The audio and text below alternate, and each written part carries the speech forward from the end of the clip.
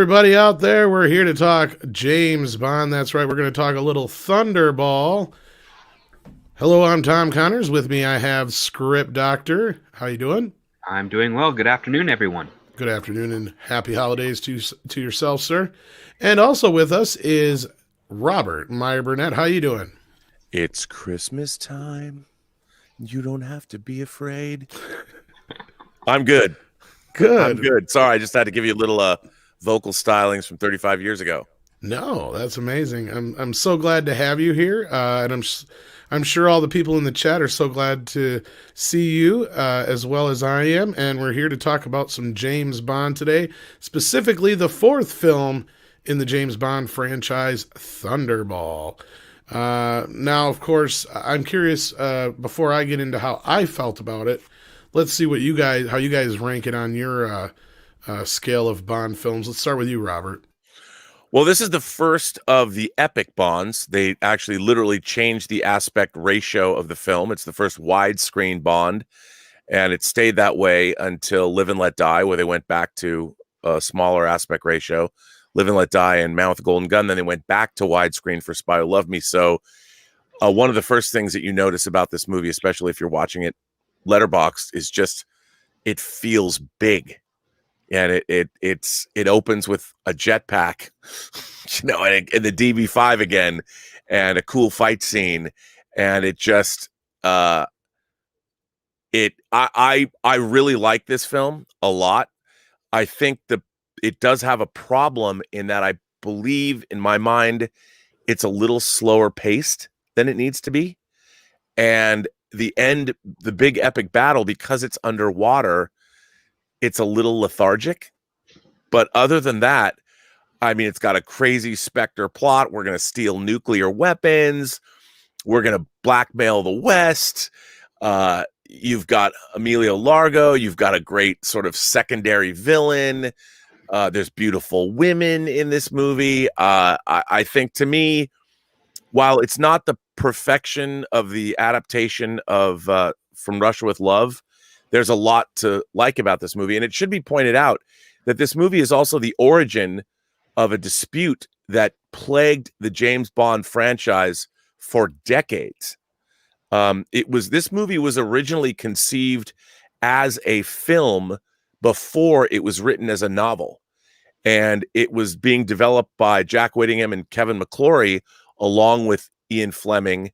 And then what happened was Ian Fleming published this novel in, I want to say 61. And then Kevin McClory, who developed the story, and Jack Whittingham with him, they sued Ian Fleming. And then Harry Saltzman and Albert Broccoli, who had got the rights and they had made Dr. No, they all got involved in all of this, and they made Thunderball together, and it came out in 65.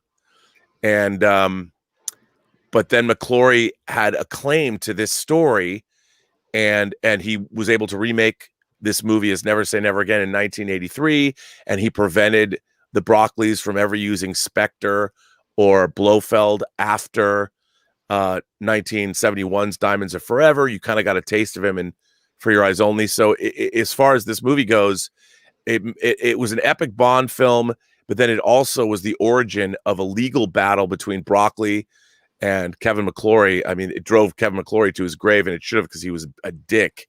And there's a really interesting book, it's hard to find, called The Battle for Bond, which goes into all of this. Well, that's really amazing. I didn't know all that, but some of the earlier stuff that you mentioned, like obviously the first widescreen and some of the other stuff. Yeah, I noticed that part of it. Script, where do you rank this on your list? This was always a favorite of mine as a kid, because I love the underwater stuff, because that was really cool. Yeah. And I also liked the underwater kind of like Speedo thing that they had going on there, that they put the nukes on. And I was like, oh, that stuff is really cool, because I also liked 20,000 Leagues Under the Sea and a whole bunch of other stuff as well. The Fantastic Voyage. And it's all had that type of cool aesthetic to it as well. But as I got older, I liked it a lot because I was a big fan of Fiona.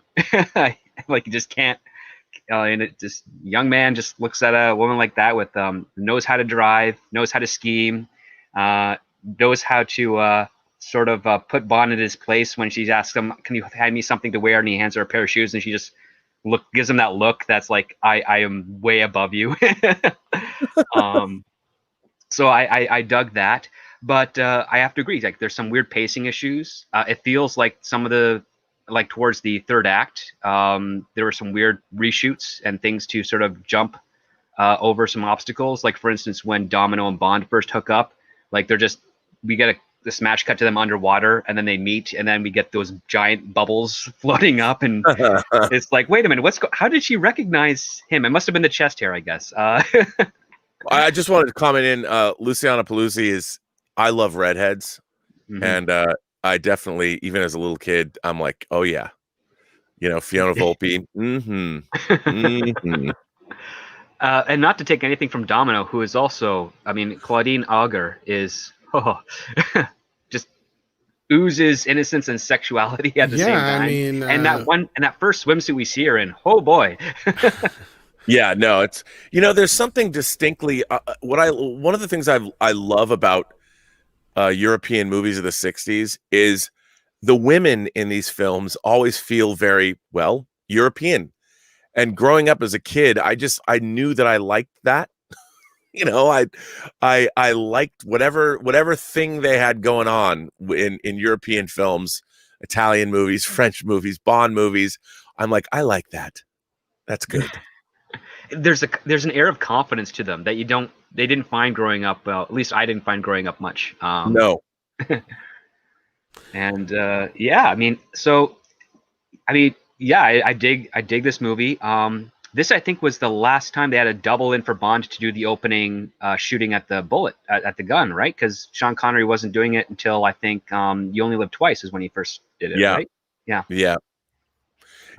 And it I mean, again, I really like the theme song, Tom Jones singing the theme song.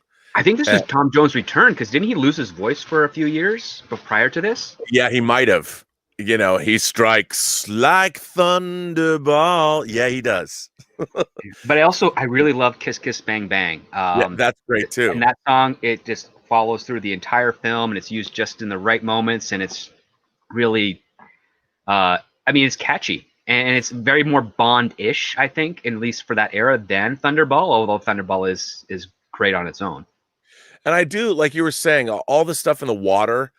There's something when you go to these exotic locales. I mean, I know we go back to the Bahamas in this, but I love seeing these where there's lots of money and yachts and the ocean. There's just something about that. When I was a kid growing up in Seattle, the geography of that was so different from what I was used to as a kid. So, and even when you'd go in the water, whether you're in Puget Sound or Lake Washington, where I grew up, you couldn't see. You go to the water, you could see everything was dark green, and you could see 2 feet in front of you, and that was it.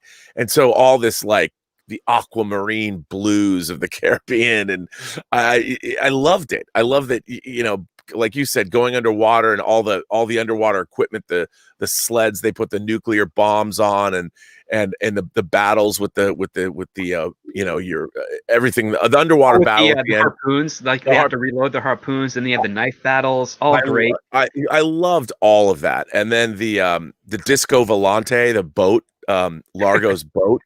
It's just everything about it was, and despite like now when you watch it, you're aware more of pacing issues. But like you said, when you're a kid, this kind of thing to me, it felt like I want to go live in this movie. If that makes any sense. Well, I mean, to get back to that location, to Nassau, I mean, I thought it was absolutely brilliant the way that they had MI6 organize all their agents and like give them each their jobs, and then Bond just recognizes the one guy that happens to be at the very health club he was staying at to recover from such a great opening, and a very, very clever way of how he identified. Now, was that the guy that tried killing him? That he shoves the broomstick in and traps in the sauna thing? Okay, that's what I thought. They because that scene in the scene like you guys were just mentioning about where he meets the chick underwater, I was just like, did I miss something?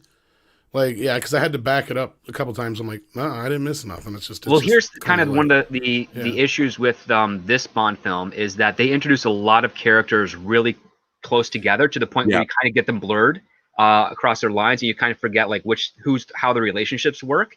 But like the opening where he's at the funeral for that assassin, and the reason he knows that it's not him in the coffin is because the widow opens the door for themselves with confidence, and it's like, see, you wouldn't pick that up today because sadly I've been to a number of funerals and I've seen a number of strong women who have had to bury their spouses who don't want anyone touching them or doing anything, and they do everything on their own. So when I see that myself, it's like, okay, that's kind of normal. But for the time, that was different. There's a different social structure with regards to women of that age. So the fact that there was no one with the widow to console her and open the door for her and put her in, that clued Bond that this is not the guy. And then you have a fun fight scene that also is humorous in context because it's an assassin in a woman's dress who's got very scrawny legs for a killer, like legs that can pass for a woman from a distance, I assume, and is just holding his own against Bond for a good portion until he gets the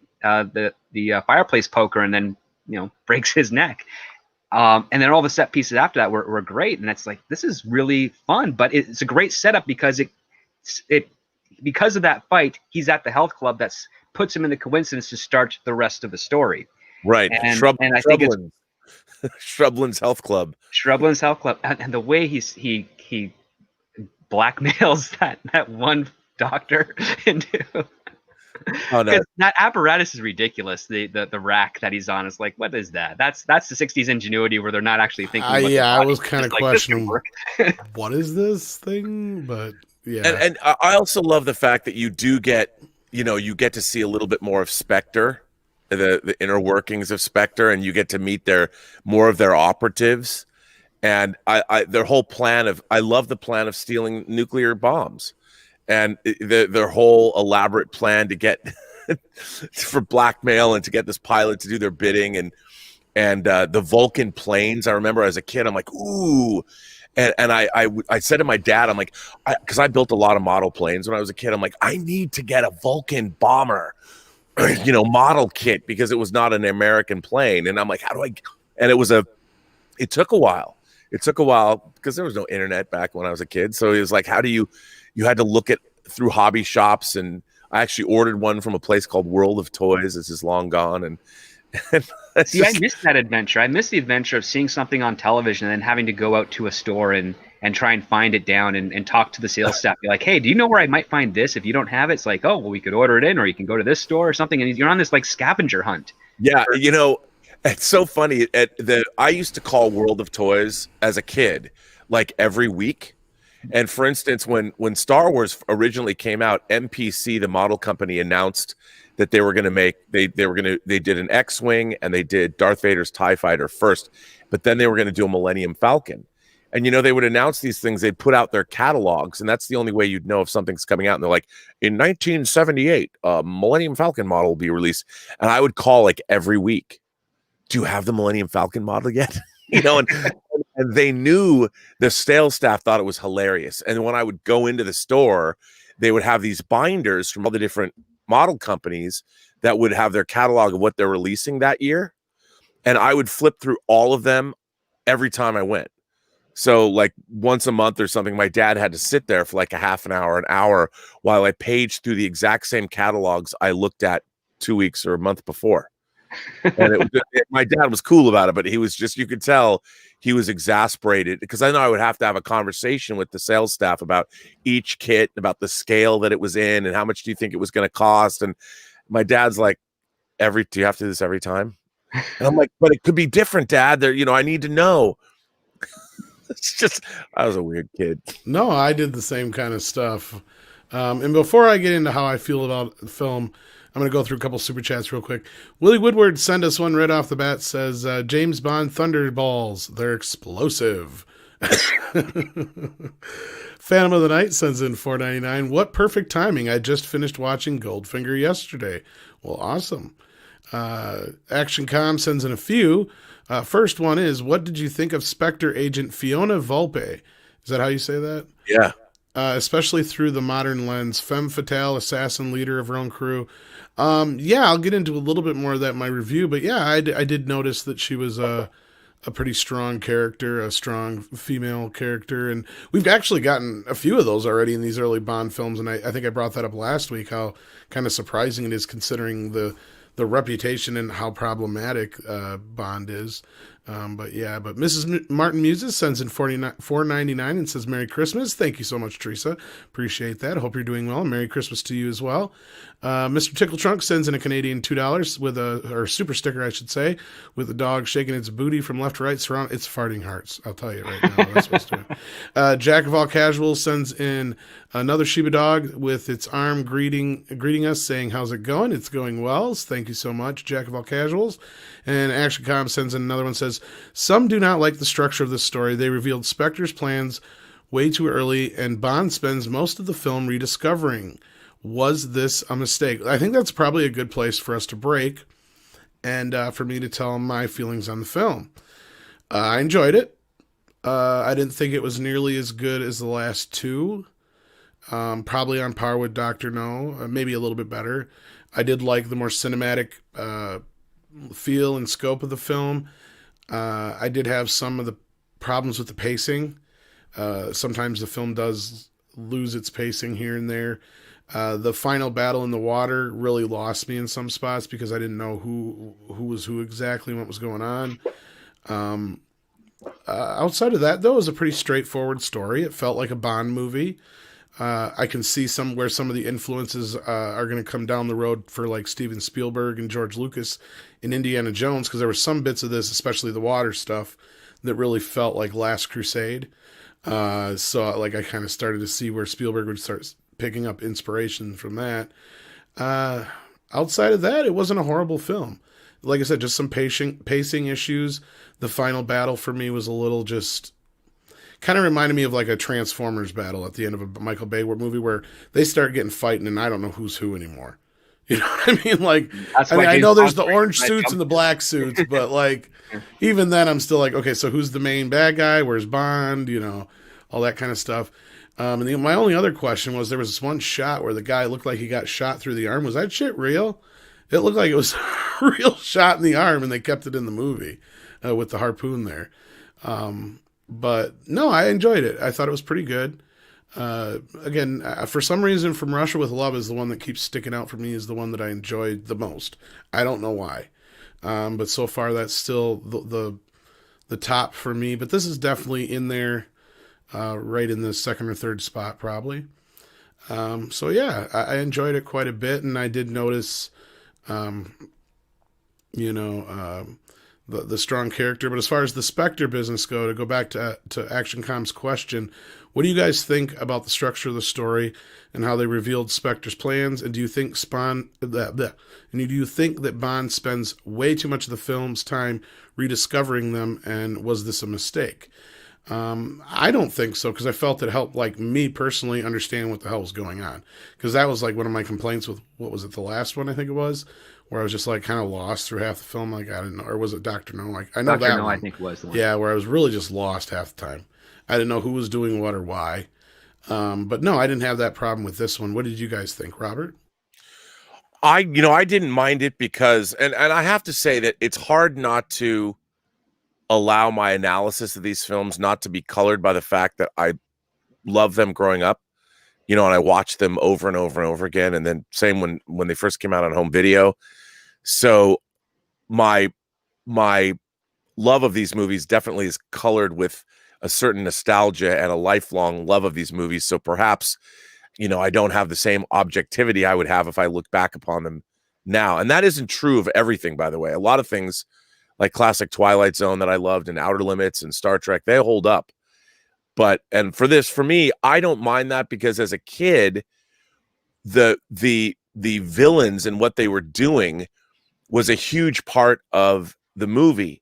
So for me, being in on the villain's plot allowed me to enjoy Bond's uncovering of it all even more, if that makes any sense. Yeah.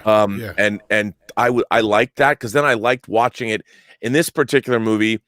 they do steal the nuclear bombs, and they do fly the plane and land it at sea, and it does sink into the ocean, and the divers come and they get it. So the threat level is always increased in this movie, because once they have the nuclear weapons, the clock is ticking, and you're like, are they going to set one off?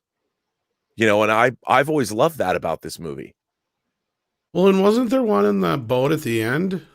Like, wasn't that what they said, that there was still one on the boat that got blew up? But I didn't, unless I missed something somewhere. Or is that them just trying to get away? I don't remember that. I don't remember. I think they were just trying to get away. I think they recovered both of them. Okay, because I might be wrong, but because I watched this just last week, so. Okay, yeah, because I was like confused. I'm like, wait, didn't they say something about a bomb still being on the boat? But I could have been wrong, or they meant another boat or something like. So I'm like, that doesn't make sense. If you blew up the boat, that probably would have blew up the nuclear weapon too. But no, no. Outside of that, I thought it was a very well put together film. And the underwater sequences, I can probably understand at this time. This is probably one of the first films they ever really did like a major underwater sequence like that, so I can forgive certain elements of it, and some of it's just in the pacing and the editing. You know what I mean? Like it's just simple minor things, and again, this is a pretty solid film. I mean, if I had to give it a score, I'd probably 7, 8 maybe out of 10, 7 at least, solid 7. And I think that's a fair score for the film itself. Now, as far as like, it didn't feel like it was like the last two movies. I remember saying like those felt like they were actually filmed more like in the 70s. This one felt more like the 60s again, like almost like we went back a little bit. Well, it's interesting because, yeah. Terrence Young directed Dr. No from Russia with Love. He didn't direct Goldfinger, and then he comes back to direct this.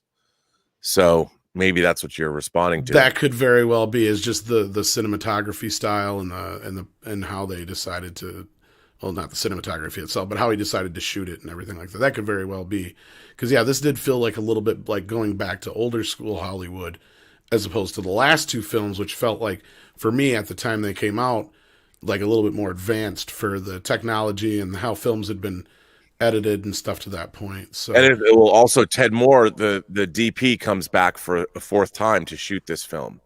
So the Broccoli's, they had a core team of people. I mean, right. A lot of people rotated in and out, but like Peter Hunt, the editor, who later went on to direct On Her Majesty's Secret Service, and then you had John Glenn come in as editor, who was editing all the way up until he directed For Your Eyes Only, and then Octopussy and the View to a Kill and Living Daylights and License to Kill. So there's definitely a core team of people that are making these movies, and it's sort of very insular. They never really went outside. They did for the latter movies, like some of the Pierce Brosnan and especially Daniel Craig films. They went outside of their family finally to go find other creatives that have worked. Sometimes it works well and sometimes not so well, but this is very much a family affair, these Bond films. So that's probably what you're responding to. Oh yeah, there's definitely a uniformity throughout so far. I feel more like at some points I'm watching more like a series than I am a movie, which of course, that's just that speaks to the whole trying to keep it consistent to this point. And I'm sure it'll be a little jarring once things start to change, especially the main actor and all that kind of stuff. So I'm trying to prepare myself for that a little bit. Well, what's going to be interesting too, I also have to say that John Barry's score in this movie just knocks it out of the park. Yeah, that's pretty good. Score is really great, but you're going to see in the next film things literally blast off into science fiction land, and it gets really outlandish. and there's a lot of people that love You Only Live Twice. I like You Only Live Twice, but to me, it's so it goes so far beyond what the Bond series is. I mean, it's cool. As a kid, I liked it, but you'll see. Oh, I have to admit a really terrible habit I have when watching You Only Live Twice. I always fall asleep after right before we see the face of Blofeld, and then I have to wake up and rewind the movie back to where I passed out, just because it's got a very strange pacing. It feels like it's trying to be another film at the same time as this, and it's the only one, like, even when I'm very alert, like I've been up for like an hour and I'm like, okay, I'm going to sit through it from the start to finish. It always gets me every time. And it's not boring or anything. Just, I think there may be some sort of subliminal message in the film or something that just triggers me because it just knocks me out. And then when I wake up, I got to go back to what I last remember to finish it off. It's the only Bond film that does this for me. And it's just the weirdest thing. Yep. All right, let's catch back up with some more super chats here. We left off on Action Com. He's got another one here. It says, as it stands right now, what do you think of the man with the cat? Do you think they're setting up correctly for a big reveal? I can't really answer that because I don't know what's going to come, but I kind of assume the type of character that's supposed to be or whom that's supposed to be possibly. So, yeah, I'm curious to hear what Robert and Script think about that. Do you think they're doing a good job? Do you think they did a good job at the time setting up what's to come, since I don't quite know exactly what that is yet? Well, I mean, I like it. I mean, I like the idea that they've been building Spectre up for the last couple of movies, and I think it's kind of cool. I mean, it would be interesting, you not having seen the films, to hear your thoughts about it, because obviously in the next movie, and You Only Live Twice, Donald Pleasance, his portrayal of Blofeld has become iconic, if not even more so because of Michael Myers and Dr. Evil in the Austin Powers franchise. I mean, they took the whole look from Donald Pleasance. But I will say this, I was very disappointed even as a kid, because the voice that they've used for Blofeld was kind of scary. And then you get Donald Pleasance. Yeah. Oh, now, and it's like, wait a minute. It was the difference. Like, you can't really remember this now, but in Empire Strikes Back, the voice of the Emperor was a guy named Clive Revel in Empire Strikes Back. And when I was a kid, the Emperor seemed scary as fuck. Like, he looked more like an alien because it was a wife. It was one of the staff's wives in makeups that was doing the voice. Oh, the big brow and the voice is like, if he could be turned, he would be a valuable asset. The Emperor's like, yes. He was more contemplative and scary. Yeah. And then when you finally meet the Emperor with Ian McDiarmid in Return of the Jedi, when I first saw it, I'm like, this is like the witch from Snow White. Like, we're here, you, my pretty, and your little Jedi too. But the makeup was superior to anything that followed of the Emperor afterwards. Like, that makeup is way better than what we get in the prequels.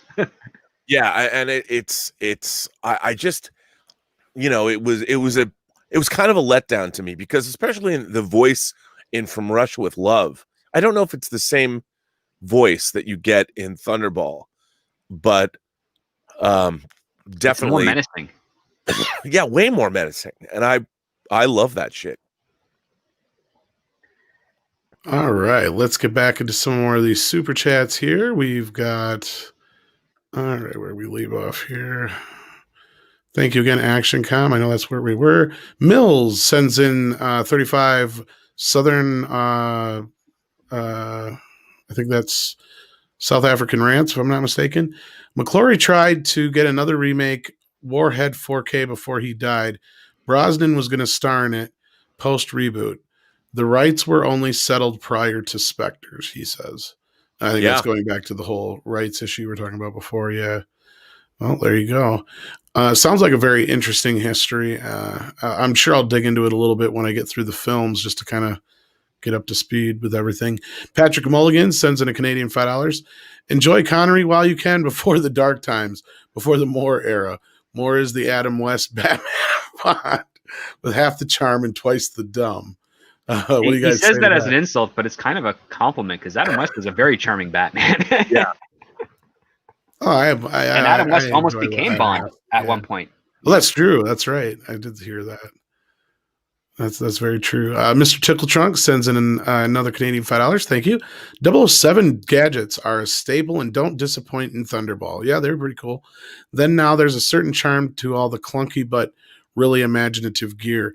And yeah, not only that, but just stuff that we have now on just a daily basis.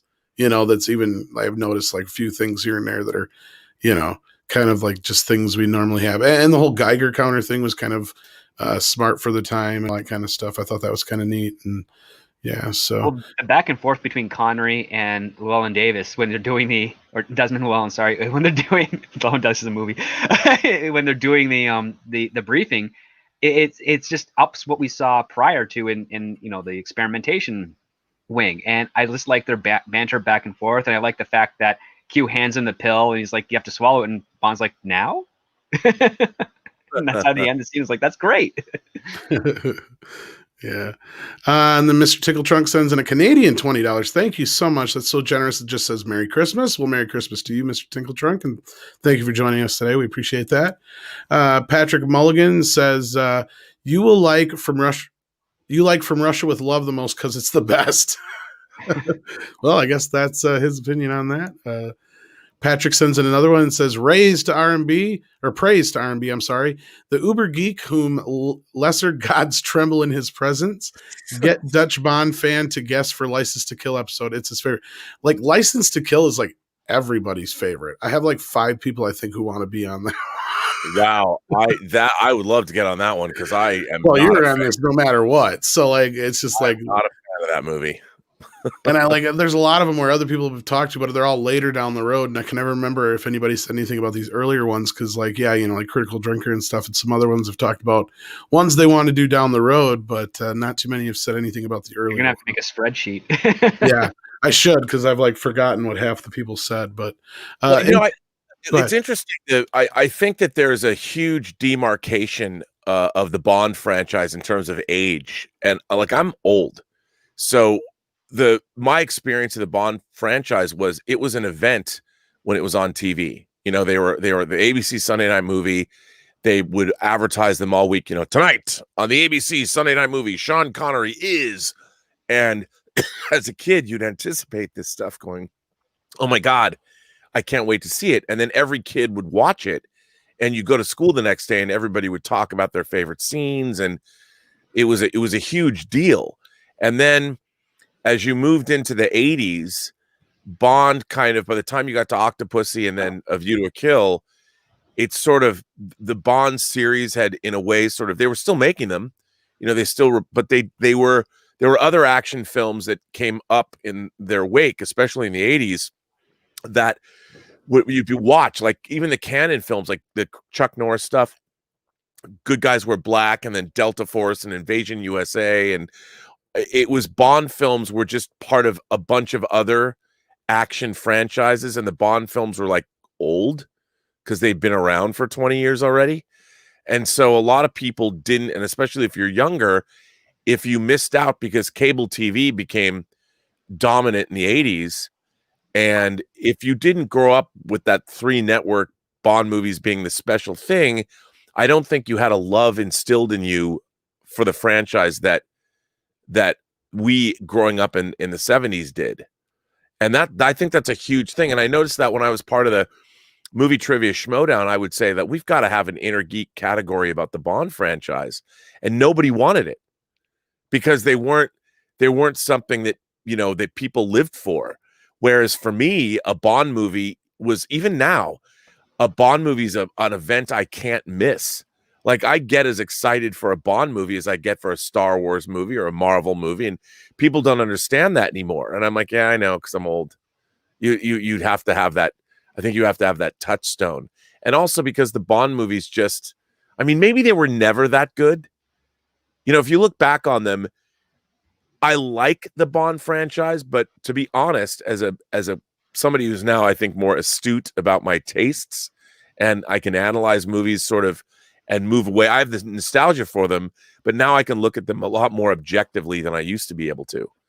And yeah, some of the movies are rough going. Well, and that was kind of part of the experiment here, besides to just, get myself up to speed with these films, because I should be, just as a film, Oh yeah. fan and aficionado, whatnot. But yeah, so like, and I'm trying to look through two different spectrums when I watch these films. A, from the spectrum of somebody from that time period, and then B, from somebody from this time period, which has kind of been the unique fun of this whole experiment. And so far, it's been a lot of fun. All right, let's see here. Where did we leave off? Inframagine. I think if I'm saying that right, I apologize if I'm not. Thunderball has to be the absolute best 007 one-liner in the entire series. Just after Bond spears Vargas to death on the beach, I think he got the point. Yeah, there's a lot of one-liners in this. Yeah. Oh, yes, definitely. And like I was saying, not just Indiana Jones, but I can definitely see some of the influence on modern, well, not modern, but like 80s action and stuff like that for sure. Hui, if I'm saying that right, sends in five pounds, I think that is. Just want to show my support for Midnight's Edge and Robert Meyer Burnett. Midnight's Edge has been killing it lately with the current interviews. Well, thank you so much, Hui, for that.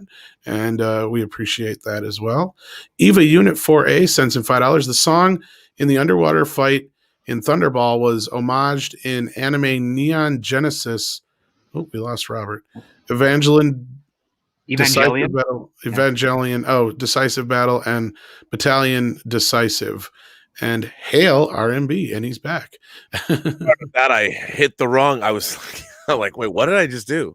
Yeah, Eva was just talking about how the song in the underwater fight was homaged in the anime Neon Genesis of Evangelion, Decisive Battle, and Battalion Decisive, and also said hail. I'm a huge Evangelion fan. There you go. I where's that fourth movie? Damn it! See it now. There you go. Eva Unit sends in. That was from Eva. I think I pasted it twice. That was my fault. Okay. Mills sends in 35 more. Says, were you all aware Dalton was offered Bond before Lazenby, Connery again, and more? He kept saying no as he was too young, and he's his favorite Bond. Did you guys know that? I did not. Yeah. There's a great book, if I might recommend a friend of mine and compatriot. We've worked together. Mark Altman and Ed Gross wrote a book called Nobody Does It Better, and that is an oral history of the Bond franchise. It's a huge, thick book. I mean, it's gigantic. And I also think it's available as an audiobook. It's a great encapsulation. They interview everybody that's still alive, and they get other archival interviews and put them all together. And it's a great bathroom book. It's very entertaining to read if you're a Bond franchise fan. Well, I might have to get into that after I'm through all the films. There you go. Willie Woodward sends in another one. Thank you so much, Willie. Says, Live and Let Die. Would be happy to come on for that panel or View to a Kill. Well, you never know, Willie. We'll see what we can come up with. Patrick Mulligan, as you can see on the screen here, will catch us up, and he sends in $2 Canadian. Says, still love you, RMB, despite your wrong views on License to Kill. It's funny because to me, License to Kill, like I was a huge Miami Vice fan, and the drug war in the 80s permeated so much of whether it was on TV or in the movies, the drug cartels, cocaine in Miami. And basically you're dealing, it seemed to me like an overblown Miami Vice episode. Most of the film was shot on the cheap in Mexico. I don't know if it was shot at Chichen Itza Studios, but it was a cheap film. There wasn't a lot of globe trotting in it, and it felt like an episode of television to me. Now I know a lot, and I like Dalton as Bond. I love Living Daylights. See, I don't even think it's a generational thing, because I was of the same mindset you were for most of that time growing up. And I think that's to do with the way that my parents kind of raised me, because I was exposed to Bond as I think I was like 5 or 6 when I first saw them. And yeah, like we didn't have cable at the time, but again, we had a whole bunch of affiliate channels where I was in Canada. So every once in a while there'd be like my dad would look in the TV guide or the newspaper TV guide, and he would point out, oh, a Bond's coming. And my mom would get super excited, and then we'd all make a day of it to plan down. And then we'd even like make lists of trying to figure out through memory what the order the Bond movies were in and which ones we saw and which ones we didn't, and had a blast doing that type of stuff. Oh yeah. And it's just really fun. And when you see something like when you get to the Dalton era, you're like, yeah, the Living Daylights is like a really cool. It's a great first foray for Timothy Dalton to do this. But then you get to License to Kill, and you're like, this is a vengeance movie or a revenge movie. It's not doesn't feel like it hits the things of Bond. And as I got older, I'm like, this was. I mean, I can see them trying to make an experiment, sort of here. Like, can we keep the character and then throw him into a bit more of a grittier thing, which they later tried to do again and did, I think, better with Casino Royale. But it's like, yeah, like they just didn't have they had the pieces, but they didn't know how to put them together in the best order to really make it shine as a new venture into Bond coming out of the Cold War, even though this is years before the Cold War ended. Like they kind of knew that Bond would have to change or adapt a little bit more. And they took a swing for it, and it just sadly just did not land in the way that they wanted to, at least from my perspective. I mean, I agree with you. I think the Bond franchise, when it left the 60s, I mean, we now have Bond movies for over 50 years. We're coming up on Right. in 2022. It'll be the 60th anniversary of the Bond franchise. I mean, in my mind, Bond is so steeped in the Cold War that once you moved out of the Cold War, and it'll be interesting to see you respond to these films, Tom, because when you get to the 70s Bond movies, they're reacting to trends in movies. Like when you get to Live and Let Die, even though it is based on a novel, there's a lot of blaxploitation because the blaxploitation movement was coming in, and you had all these like New York Superfly and Black Caesar and the Foxy slot Brown and stuff. and all Yeah. that. And then Man with the Golden Gun is kind of a response to Bruce Lee films, and Right. it was interesting to watch. And then by the time you get to Spy Who Loved Me, which is another, I love Spy Who Loved Me. It's this epic Bond movie, but it's so far removed. It's totally fantasy, science fiction, megalomaniac that's literally going to destroy the world and to bring his master race to underwater people. It's really interesting to watch the evolution of the Bond franchise next to the culture. Is it kind of like the Fast and Furious franchise in that way, I suppose? No. No. Yeah, I mean, I think it's Fast and Furious turned into something else. The Fast and Furious franchise was a revival of a 50s thing that, the what I thought's really interesting about the early, like, I love the Fast and Furious franchise. I think Fast 5 is great for what it is. And you watch the franchise again spin off into Fantasyland. I mean, by the time you get to 8 and you're outrunning torpedoes sliding across the ice from a submarine, it's like, wait, Right. what? but it's I still love the franchise, but the Bond movies have, I think they've never caught up. Casino Royale came close. I think Casino Royale is a great film. Right. But I wonder just how relevant the Bond franchise has been for 40 years, as much as I love it. So basically, yeah, it started a trend and then it became to copy the trends, is what you're saying. Yeah, and then it was Bond. The Bond films were trend setting in the 60s. Yep. And then by the time you get to Our Man Flint and the Matt Helm movies in the later 60s, I mean, they were being parodied and copied. Right. And then, after Austin Powers, it's like, where do you go? You keep trying to make the franchise relevant. They still do business. I mean, Skyfall made over $1 billion at the box office. So I mean, you even had Our Man Flintstone, which was the take on Our Man Flint, which is a rip-off of Bond.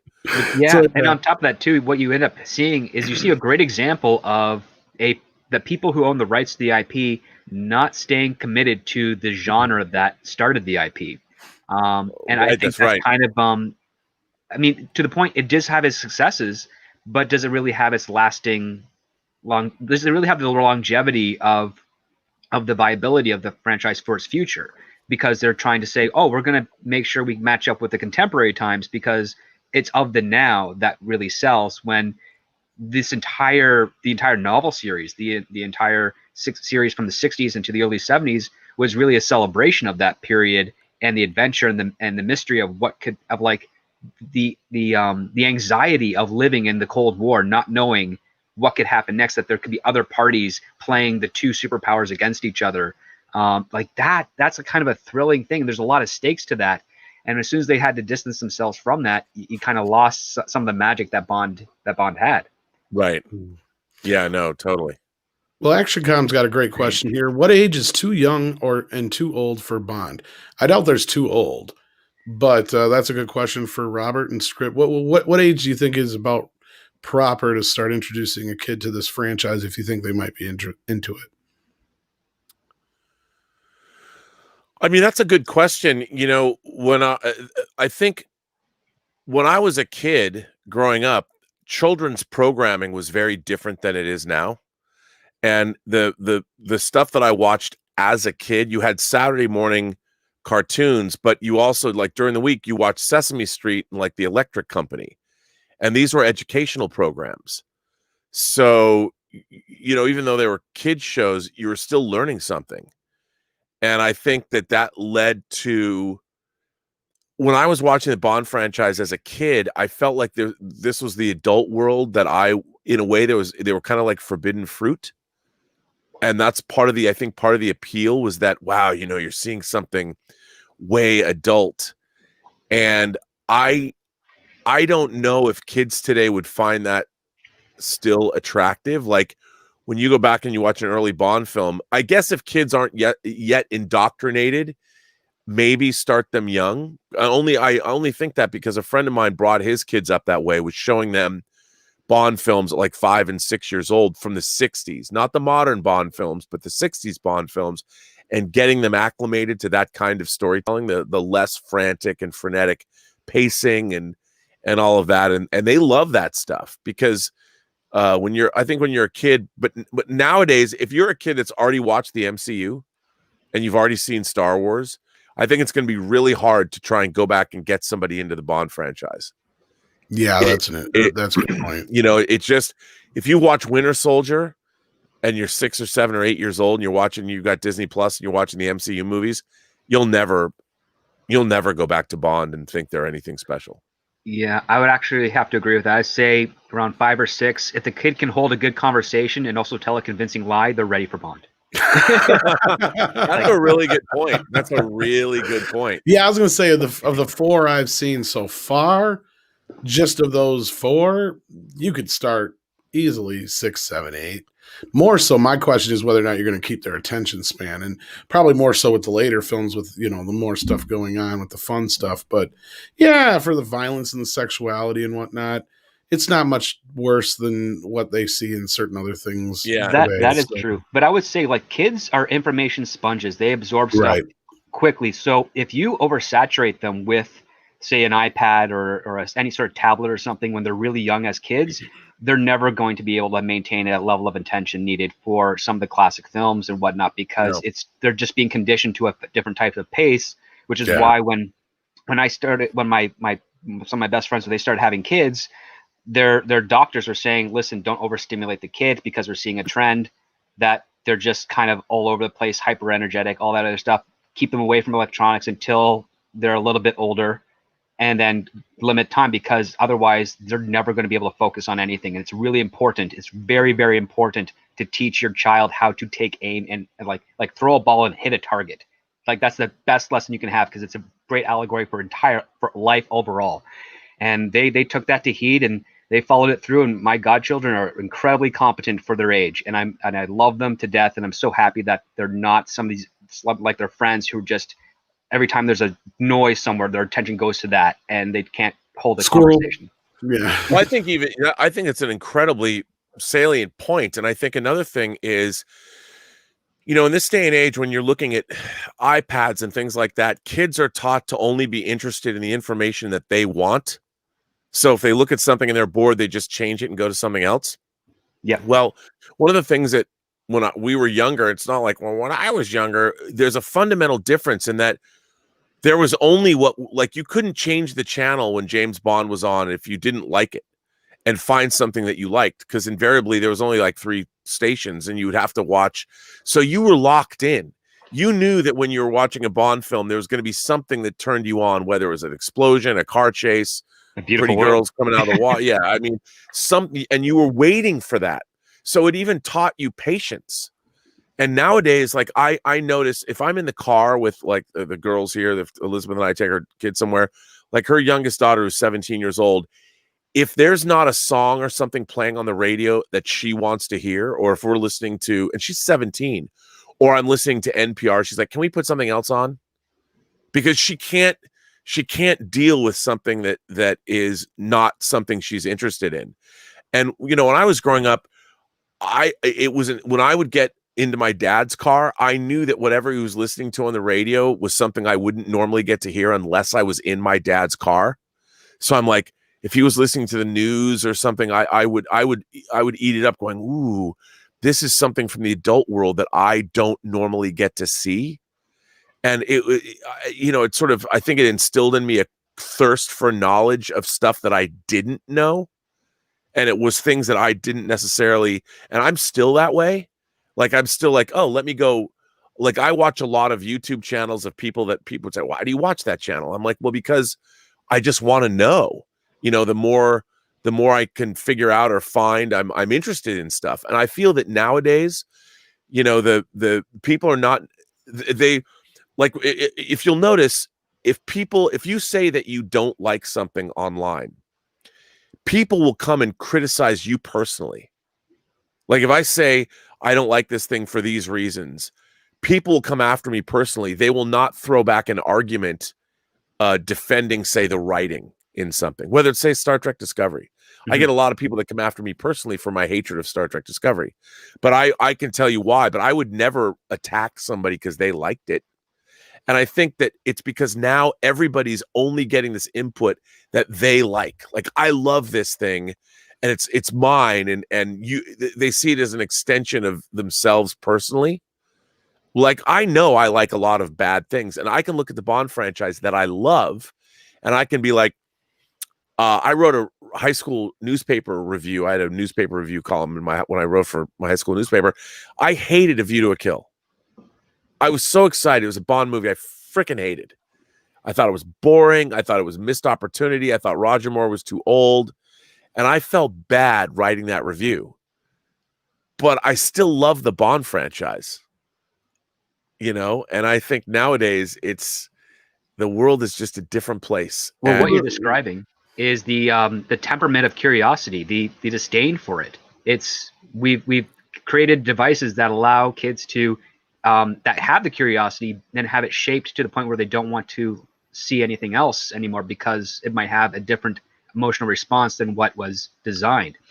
And I noticed this when I was in high school, right during the dawn of the internet age, so to speak, where you could do something crazy in the cafeteria and no one would ever raise their heads to look up because they're either engaged with the people across from them in their own social circle. They're reading a book, which, I mean, you don't see too often these days, but they just had they created their own bubble within their cliques. And it's like, you have a person who's literally dancing in like a toga, like right in front of you, and you're just not even acknowledging it.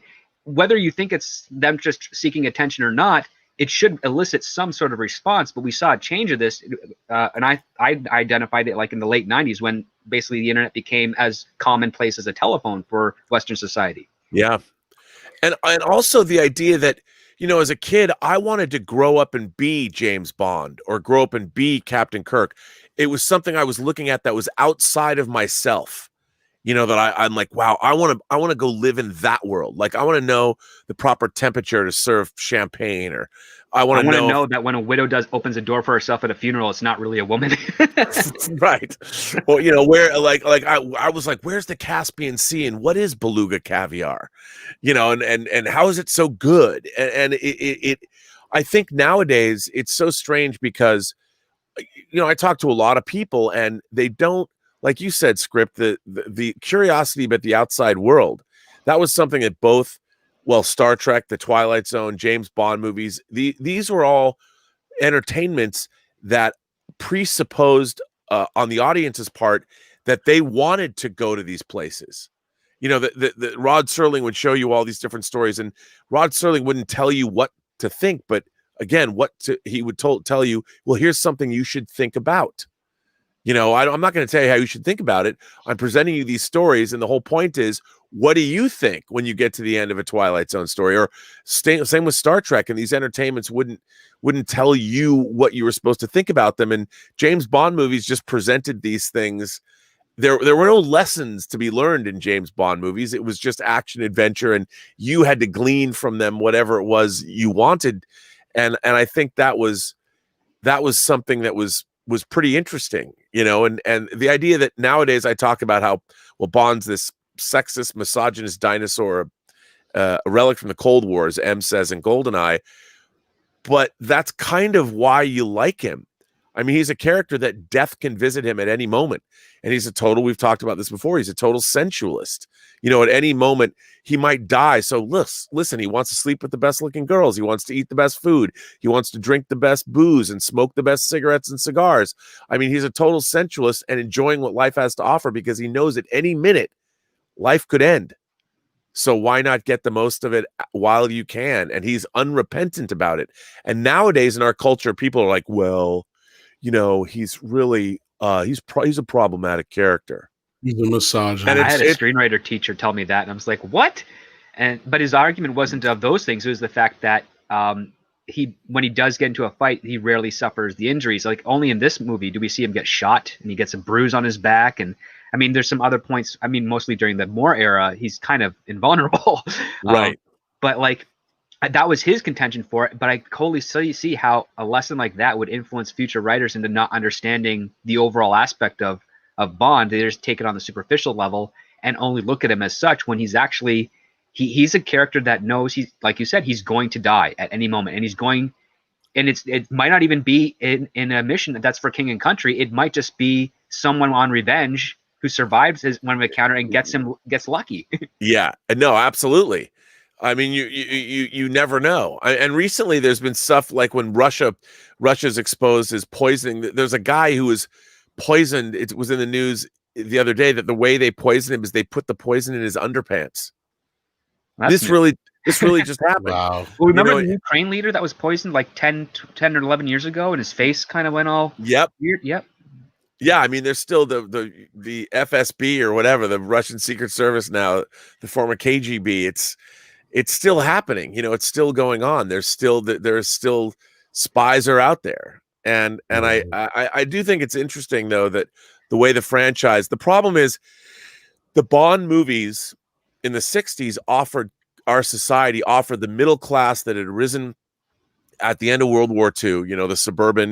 The greatest generation came home to roost, and they built their families and they built the middle class, and kids were going to school and all of that. And that's what the Bond movies were appealing to, that this audience of people that were not traveling internationally on jets and were not visiting Monaco and going to the Caribbean and all of that, because they were they were nesting at home.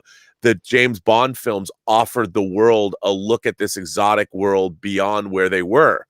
So the globe trotting and the exotic locales and the beautiful women and all that was very outside of the experience of normal audience members in the early to mid 60s. And that was also that appeal. That's why Bond was frequently they featured Bond in Playboy, and back Playboy was just not a magazine with nude girls in it. It was also a lifestyle magazine about the bachelor that's having this fabulous life. And so Bond was like the ultimate example of the Playboy man, in that he dresses great, he travels around the world, he meets beautiful women and saves the planet. And there was all of that stuff happening, and all of that kind of went away for Bond when the franchise moved into the 70s. And it's something that I think gets forgotten. And now we're still watching Bond movies, but they're just, they're like, oh, they're generic action movies, or they're part of this long running franchise, but they're not breaking any new ground. Yeah. They're not, there's nothing beyond what you're watching. Where before it was sort of this meta commentary, it was giving the culture what we want. And now we live in a culture that doesn't even want that. Like, we live in a culture where people in their 20s, I mean, when you go on to Grindr or you go on to that's a dating app. That's the gay app, but I don't go on Grindr, but I would but what Tinder, there's Grindr and Tinder, and people are going on and hooking up. They don't even you can't even go to parties anymore and like chat up girls, because everyone's on their phones. You can't form a relationship. You can't do what Bond does in this scene, where he's running away from from the Spectre, and he grabs a woman. He's like, "Yes, I'd love to," and then starts dancing with her. Even 20 years ago, if you tried to do that, she'd kick you in the knee. Right. Yeah. I mean, and that's the thing. And the women are as fast with pithy comebacks in these movies as Bond is. Bond's trying to throw down, and the girls will come back and like, what sharp little eyes you have, Mr. Bond, or something like that. Yeah. And the women they understand the game as much as Bond does, and they give it as good as they receive. And it's like you saw that with Pussy Galore and Goldfinger. And that is something I think that there was an adult way of life. I mean, our whole culture has been infantilized. When you're in your 20s, you're like in your teens now. Yeah.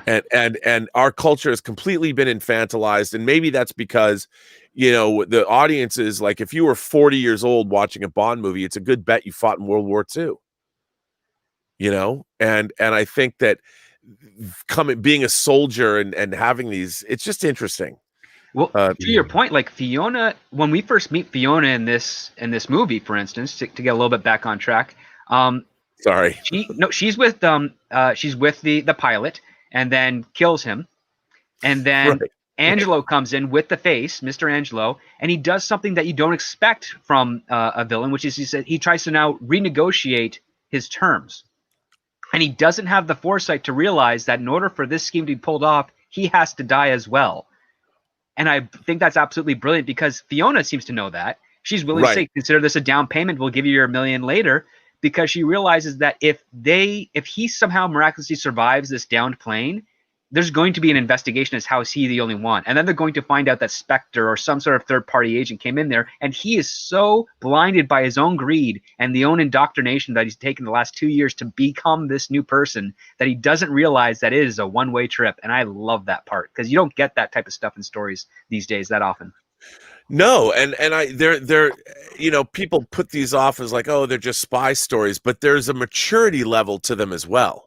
We can smile knowingly at the innuendo and all that, but like you said, there's the characters in these movies are aware of the world that they're operating in. The people that work for Spectre know that they're like, when you're stealing nuclear weapons, that shit can go south real fast.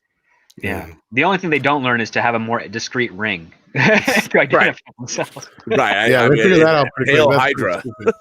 Right, exactly. Mills says the funny thing about Live and Let Die, the book, is 50% of it is License to Kill. Well, there you go. I did not know that. Is kind of true. That is kind of true. And of course, they bring back the same Felix Leiter. David Hedison plays Felix Leiter in Live and Let Die and in License to Kill. That might be more relevant when we get to that, but yeah, there we go. That is a bit of trivia for everybody out there. And then we got Patrick Mulligan, who said on a recent Best Bond poll in Britain, Connery got over 40% of the vote, with Dalton cleaning up with the other 30%. Next was 18% for Craig, I think, says Patrick, and love R&B. There you go. Well, thank you. But yeah, I mean, I think the funny thing too about the Bond franchise is, whether you want to admit it or not, Sean Connery is James Bond, and everyone else who's following him is just a successor to his Bond. Yeah, I mean, you can't. It's like when you talk about Star Trek, a lot of people, there's a lot of people like when I go on with he loves Star Trek: The Next Generation. But because I'm older than him, to me, Star Trek will always be embodied by the original series. Right. Because for the first 20 years of its existence, that's all that there was. Yeah. So, and that, I think with the Connery as Bond, his mannerisms and style and delivery, he just seems wiser in the role and the way he's playing Bond, because he was really doing it in the 60s, that it just feels the boy like twinkle in his eye and all that. Yeah. I mean, I think Lazenby comes very close to sort of meeting those standards as well. But like you're very right. Like his performances, his approach to Bond was so convincing that Ian Fleming agreed with it after I think it was From Russia with Love. That's where he said, like, this is who I'm going to make Bond more like now. Right. And to have an actor then influence the writer who created the character to make his future novels more along those lines is really interesting. Yeah. And then Patrick comes back with, Tom, please don't listen to the License to Kill wrong think. Well, we'll see what I think of that movie when we get there. Stubble McShave sends in 20 SEK. I'm not sure what that is offhand. That's I can't think of it right now. I should know too, and I forgot. Could a new Bond film be a period piece set in the 70s? Hey, I'm not against. I brought that up before. I don't. At this point, with what the franchise has gotten to, I've never watched it, but listening to like Robert and Robb and Script and all those guys talk about it, I would think that would be a good idea. What do you guys think? People say that a lot. I just don't think. Look, I loved the Army Hammer Henry Cavill Man from U.N.C.L.E. movie but it was a stylized fever dream of what the 60s was. Yeah, it was taking what the movies have portrayed the 60s as and then putting it back. I just don't think doing a period piece would work from this perspective because again, it would only be a stylization of that period. It wouldn't be what it was really like. Not that you'd necessarily want to do that, but whether you go back to the 60s or the 70s, unless you're like Quentin Tarantino, the way he did the 60s and Once Upon a Time in Hollywood. And that's what I brought up, is having him do one maybe as a period piece. But yeah. I just don't know how do you get an audience? How do you make a Bond movie where it's come and, well, we haven't seen it yet, but the 25th Bond movie is No Time to Die, the 25th official Bond movie. How do you then go back and get an audience interested in a 60s period Bond film when you've seen Casino Royale? Yeah, that's the biggest trick, is because, objectively, you could have a Bond film take place in the 60s, but you have to find a hook that's going to get your modern audiences involved. Right. And the easy choice is to go with the flashy 60s stuff like what you would see in Austin Powers, but that's not Bond. Bond is early to mid 60s, a bit more before the hippie age. There's a bit more of a class, there's a bit more maturity to it. How do you make that seem fantastical enough without breaking the reality of it and still make it work? Because this is the one thing that I proposed, especially as a writer when I was first starting out, is that I want to do some period shows because I'm seeing a pattern where every single problem is solved with the use of the internet or satellites. And it's like you just completely remove all the drama and the guile. And you have a similar issue with cell phones now too. Yeah, exactly. And it's like, and then so many people are like, well, we just can't do that. It's like, well, why not? And they don't even give me the obvious one, which is it's very expensive to shoot a period piece film or project. They give me the one that's less obvious, which is there's not a whole lot of writers that like to think that way. Yeah, no, it's really interesting. Like watching the new version of CBS's The Stand, I find it perplexing because it's so dramatically inert, because they decided to go to this weird flashback structure they've used on a million different TV shows ever since Lost. And for a story that's literally about a journey forward, it doesn't work. It feels like you're watching a show that isn't going anywhere. And the place they've taken us to, which is the Colorado Free Zone in the movie, the way they've set up since you're there from the beginning and flashing back and forth, the journey to get there in the first place has been eliminated. Yeah, it'd be like if you started out the Star Wars trilogy with Luke, I am your father, and then did a bunch of flashbacks. Yeah, yes. Or even if you just were in Star Wars, like they were already on the Yavin base or something like that. Destroy the Death Star, and you'd flash back like, how did we get here? And they're being debriefed in like, an interrogation room. Is like, well, how'd you get to this place? And it's like, well, let me tell you. It takes a sip of water. It was a hot day on Tatooine when I was with my uncle. And that's what this show is almost like, even though they don't flash back. I know I haven't watched the new episode, but that was the thought I got. And I brought up the Empire thing because that's really it. Because like part of the whole journey is, will they get there? Yeah. And then once they get there, what side will certain people take? Now you've already seen like, okay, we know most of these people already get there. You've ruined that for us. Well, yeah, you haven't even seen. They show you that two people in the cast are together as a couple, and you're like, well, how did they meet? And it's not that from the perspective that interesting necessarily, but I'm watching this and I'm like, how do you read Stephen King's The Stand and then you decide that you don't want to follow the book's structure, which is part of the whole appeal of that story in the first place? Yeah, I mean, as crazy as King's structures can be, this is when you definitely got to stick to the bones. Like you can't really mess with it too much. Well, yeah, it shows. I have to tell you, I mean, now this is a total aside. I'm going to tell you what I could not believe. So there's a song called Brand New Key by a Yeah, girl named Melanie. Melanie. You know, and it's all about I want to roller skate. I want a pair of I got roller a brand new pair of roller skates. skates. You got a brand new key. Exactly. So that song was really made famous in the movies in Boogie Nights as a theme to the character of Roller Girl, played by Heather Graham. So last night, Heather Graham plays a character named Rita Blakemore. And she helps Larry Underwood get out of New York. So at the end of the episode, over the end credits, they start playing the song Brand New Key. And I'm like, am I supposed to make some link between Boogie Nights and Heather Graham? Are you making some cheeky meta commentary? And I'm like, what is this? Either you don't know what you've done, or now and this is even over the end, it's just over the end credits, but it was so distracting to me.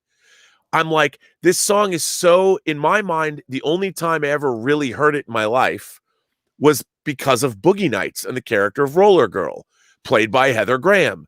And when I was watching this last night on the stand, I'm like, I'll bet you they didn't make that connection. That they're just playing this because they play the beginning of the song over Randall Flagg, but I'm watching this over the end credits, and I'm completely confused. And I'm like, this is where we are in our entertainment now, is that the people that are actually making things aren't even aware of the meta commentary that they're making for people that know their pop culture. Like, if you know your pop culture like this, I was asking myself, what the fuck is this? Like, why are you playing this song over your episode that stars Heather Graham in it? Like, it was bizarre to me. And I was literally perplexed as I'm watching this. And I just came to the conclusion that maybe they just don't know. Like the rest of this show, they really don't get why a flashback structure doesn't work in The Stand. I'm sure there are some people that will watch it, but as somebody who has read the book countless times, and the first miniseries is not the most genius thing in the world because it's such a low budget miniseries, but it was written by Stephen King. He wrote the 4 scripts for the Stand miniseries, and it's very telling. I looked at Stephen King's social media, and he's a big, he tweets a lot. Yeah. He's made one tweet about The Stand, as far as I can see. And he just tweeted that it said The Stand, Thursday, CBS All Access. That's it. And I'm like, was that the barest was that all he was required to do contractually for The Stand? And I'm like, how is it that he must really fucking hate it, even though he wrote the last episode and his son's been working on it? I'm just like, how do you? It's one of it's your magnum opus besides The Dark Tower. Yeah, and this guy, and Stephen King is not a person that likes to hold back on words. So it's I think, he'll wait until he can say anything, and then we'll know for sure. But like to your point, sir, like it's very surprising that they did that, because I would have assumed that if they were really trying to pay attention to something like Heather Graham, they'd probably use Madonna's Beautiful Stranger from The Spy Who Shagged Me. Like... That'll kind of get us back on board to where we were at. Diego Flores sends in a very generous 50 Peruvian souls, I believe that is. Thank you so much. A bit of contention of the previous stream about Hollywood. I think when I get kids as a part of my process to inherit my stuff, I will make them play with some of the toys my dad gave me and were his, basically letting their imagination go wild. Yeah.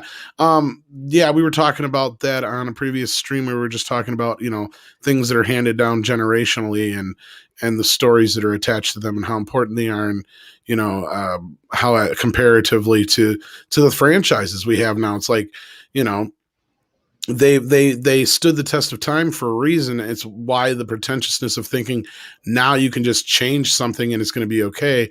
To me,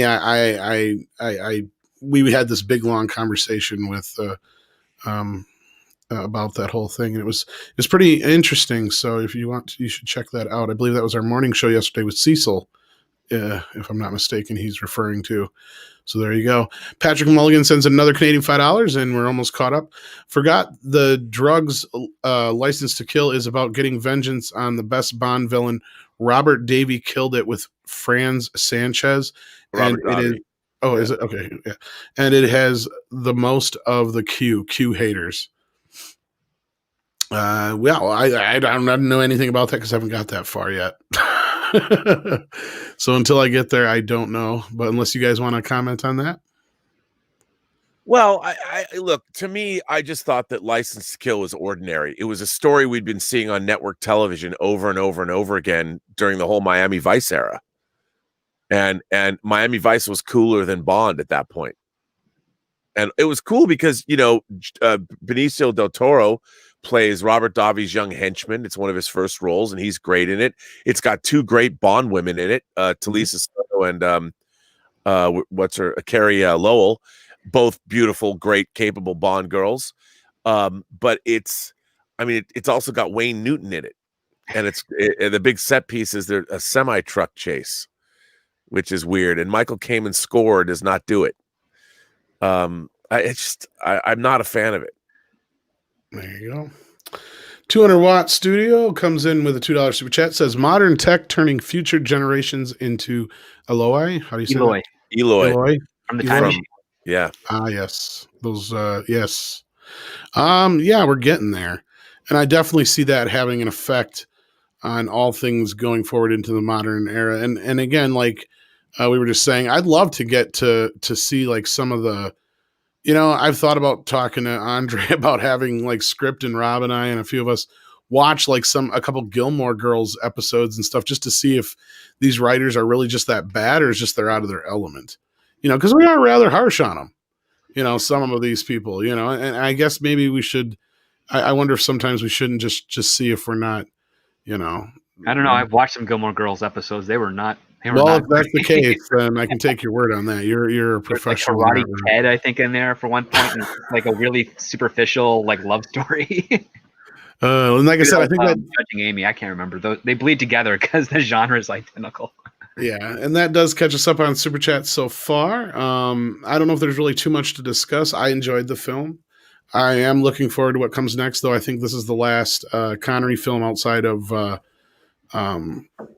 Never Say Never, right? No, you got two more. Oh, is there two more? Okay. Yes. Interrupted by one. Okay, because somebody else said I got to watch Never Say Never again as well.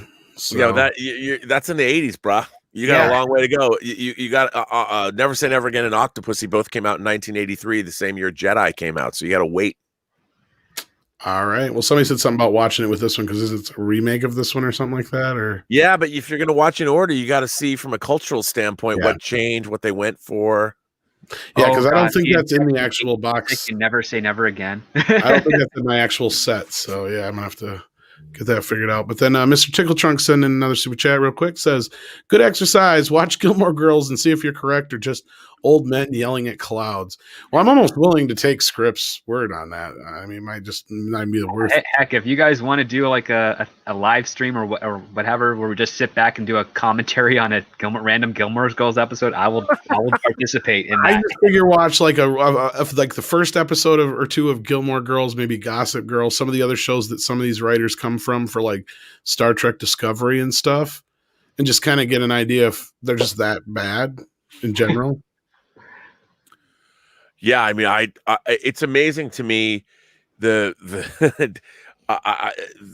what I watched last night. I don't even know if I'm capable of commenting on it. I know we'll be talking about it soon. I want to wish Andre a Merry Christmas because over here that's why he's not here today. They do all their celebration today.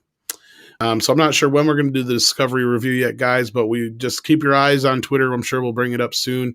And if we're lucky enough, we'll get Robert involved with that as well. So that'll be coming up probably sometime within this weekend or next week, I'm sure. before the next episode. Outside of that, was there anything that Script or Robert you had to add to this conversation before we close things down today? Well, yeah, I did want to say that just reading a little bit more about this had worldwide box office receipts in 65 of 141.2 million. Wow, that's a lot of money. That's and it not only did it make more money than any of the other films, it made more money than the next 5 Bond films that followed it. And John Steers did win an Academy Award for Best Visual Effects for this movie. Yeah, I would say that's the case, because like some of the visual effects, some of the blocking of how they like hide the Vulcan under sea and all that stuff is really great. I mean, you also can tell that they're kind of going a little gratuitous with like the helicopter stuff, because some of the information that Bond and Felix exchange on the helicopters, like you could do that in a room where you're just looking at a map. Like, yeah, the boat can only go 90 miles in a 6-hour round trip, so this is our location of where this thing has to be. Yeah. I mean, and that also would be there's $1.2 billion with inflation, by the way. Yeah, I mean, that is an incredible amount of money for that time. And you can see that's how many people were going to the movies to see these Bond films. They were enormously successful. Yeah, that's insane. And I got to imagine that was one of the first big $100 million films then in that case, because that wasn't a common thing back then. Because no. We wouldn't see any real big movies like that until Exorcist and The Godfather and Jaws, a decade almost later. So it'll be interesting to see how I react to the next couple films, because I think now we'll be heading through the end of the 60s, right? In the last couple here. You're only in the mid 60s. You've got 2 more films. You've got You Only Live Twice, and you've got On Her Majesty's Secret Service. And then Diamonds Are Forever takes you into 71. Yep. All and right. Then you got 73 and 74, and then 77, and then 79, and then 81. So what's the next 83? One? The next film is You Only Live Twice. You Only Live Twice. Okay. This one has a ridiculous element to it, and it's not just the science fiction aspect either. No. Oh, you'll find out. Yep. All right. So till next week when we talk about You Only Live Twice, I want to thank Robert as always for his time, and Script as well. And I want to thank you guys out there for joining us today. It's been great. Thank you for all the super chats and the great questions and comments. We appreciate it. So yeah. Merry Christmas, everybody, to everybody who's celebrating it. I want to thank everybody who's joined us. We had over 500 people watching. Please hit that like button. Check out Robert's channel, The Burnettwork. Check out Script Doctor's channel as well. Is there anything quick you guys had to plug at all, Robert? No, I've still got the Intergalactic Imagination Connoisseurs Film Festival going. I want to get eyeballs on everybody who's made films. I'm still dropping some films for the rest of the year, and then it's been a lot of fun. I've loved seeing what the viewers out there have wrought. They're on my channel. If you go to the Burnettwork, you can see the first videos that are up if you go to my channel. Awesome. Script? I'm just toiling away, balancing between like my real work is completed, so I'm good there. I'm doing my personal writing as well as working on some of these reviews coming up, so stay tuned for that. I don't know if I'm going to get anything out for the weekend, but again, like, you never know. Maybe I'll get everything will come into place and I'll be able to cut something together and put it out. But for the time being, just follow me on Twitter. Pay attention to the YouTube channels. Please subscribe to the guys here at Midnight's Edge if you haven't. I don't know why you wouldn't. Also with Robert Meyer Burnett at Burnettwork. And thanks again for having me today. Of course. Speaking of, you got a show coming up this afternoon, Robert. Right after this. I do. Yeah, I think I'm gonna do a show at 2. Do you have a link ready for it at all? No, not yet. Oh, okay. Not yet. All right. Well, head over to the Burnettwork. I can't decide if I'm just going to go off on the stand and to Star Trek Discovery, or if I should, because it's Christmas Eve, do something nice. That's a big debate. I can see where you're coming from there. Well, maybe we'll discuss what you're up to after we're done with the show here. But I want to thank everybody out there for joining us. Until next time, take care and take